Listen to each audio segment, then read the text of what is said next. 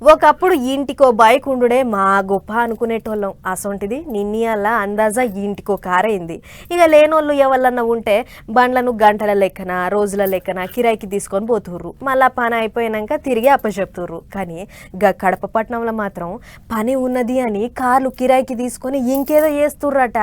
మరి కొంచెమైనా కార్లను దొంగ బద్మాష్ గారు ఏం చేస్తుర్రో మనం కూడా తెలుసుకోవాలిగా. చలో గిదేదో సెకండ్ హ్యాండ్ కార్ల షోరూమ్ లెక్కనే ఉన్నది. ఇక నచ్చిన బండి చూసుకుందాం, ధరెంతనో కొనుక్కొని ఓ బండి మనం కూడా కొందాం అని అనుకునే ముందు జర్రంతా ఆగుర్రి. ఎందుకంటే మీరు చూస్తున్న గీ బండ్లు సెకండ్ హ్యాండ్ షోరూమ్ లో పెట్టినవి కాదు, దొంగతనంగా అమ్ముదామని చూస్తే పోలీసోళ్ళు పట్టుకున్నాయి. ఇక అసలు ముచ్చట్లకు పోతే కడప పట్నంలో గీ కార్లను కొందరు కిరాయికి అని తీసుకొని పోయి బయట కుదవ పెట్టుకుంటుర్రట. అట్లా గీ పనుంది గా పనుంది అని చెప్పి బండ్లు కొంచెం ఓవుడు, కుదవ పెట్టి పైసలు తీసుకునుడు దినాంగ్ ఇదే దందానట.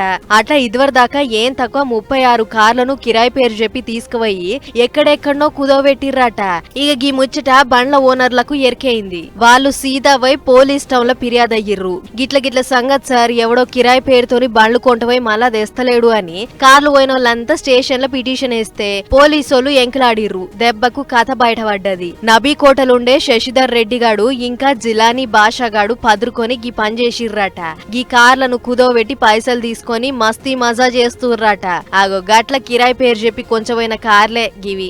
ఆయన ఏదైనా పని ఉంటే కార్ కిరాయికి ఇచ్చేటోళ్ళు షూరిటీ కింద ఏదోటి పెట్టుకొని ఇస్తారు. కొంచెం పోయి బండికి చిన్న గీత కూడా పడొద్దు, టక్కర్లు కావద్దు, బండికి ఏమన్నా అయితే మీదే జిమ్మెదారి అని లేని కండిషన్లు పెడతారు. అసొంటిది మీ తోడు దొంగలు ఏకంగా బండిని అమ్మేతానికే సూటి పెట్టినరంటే మిమ్మల్ని ఏ చెప్పుతోని కొట్టాలరా అని తిడతా ఉర్రుగా బండ్ల ఓనర్లు. ఇప్పటికీ 36 కార్లను తీసుకుపోతే అలా 26 దొరికినాయి. మరి తతిమ 10 బండ్ల ముచ్చటేంది అని అరుచుకునే పనుల పడ్డారు పోలీసోళ్ళు. గీ దొంగలు జయంగా నిజంగా అక్కరున్నోళ్ళను కూడా నమ్మేటట్లు లేకుండా అయ్యింది అని సొట్లు పెడుతుర్రు గీ ముచ్చటిన్న పబ్లిక్.